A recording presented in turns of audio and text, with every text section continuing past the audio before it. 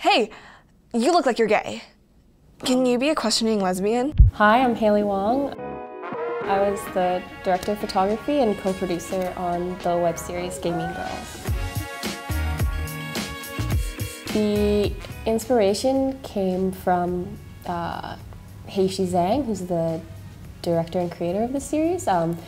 It's sort of based off her experience in high school and what that was like for her and kind of her relationships. It's very focused on, I guess, queer friendships, specifically between like queer women of color, non-binary and trans folk, and kind of, I think in the media right now, there's not a lot of representation for those communities, and it kind of highlights the importance of the friendships that you create within those communities. It also touches on what coming out looks like for different people and whether that's to your parents or not, and kind of like the internal idea of coming out. I think people are craving this type of content, and it's very clear because when we first released the short film, it did go viral for those reasons. I think having queer women of color as our lead and kind of telling a story with mainly queer people of color,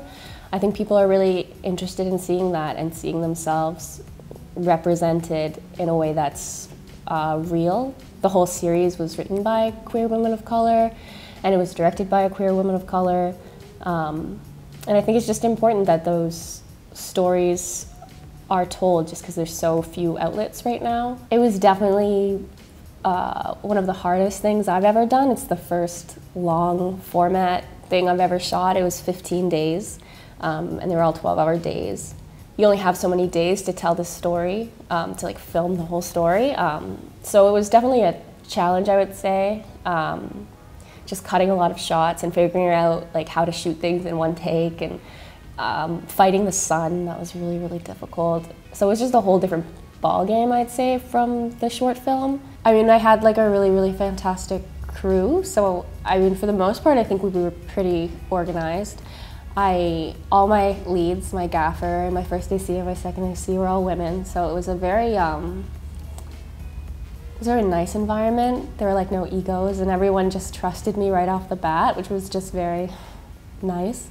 Finding the money was probably the hardest part. I think it's always hard for indie filmmakers to find any sort of funding. Getting the series online was, I think because we had pulled so many all-nighters, and it took so long actually just going through all the post houses and things that people don't see, but like there's so much back and forth, and just getting everything exported, making sure the credits were all right, and to just kind of put it online. It was very, it felt like it should be this big moment, but it was just very like, okay, thank God.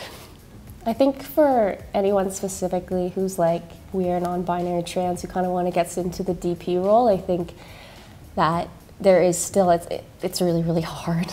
I think the most important thing you can kind of do is find people who believe in you and find people who support you, specifically with your crew, because you're going to be spending so much time with them.